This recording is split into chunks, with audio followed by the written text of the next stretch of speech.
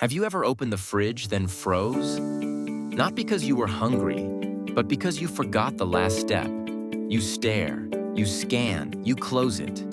You tell yourself, 1 minute. Then 30 seconds later, you reopen it like the answer has been rearranging itself. Funny thing is, we do that with conversations too. We replay the same awkward message, refresh the same thread, and hope a different tone will appear. Or we reread the same worry, waiting for it to shrink on its own. In my culture, elders call it looping, like chewing the same bite forever. If you want a new outcome, change the input. Ask, act, and move to the next step.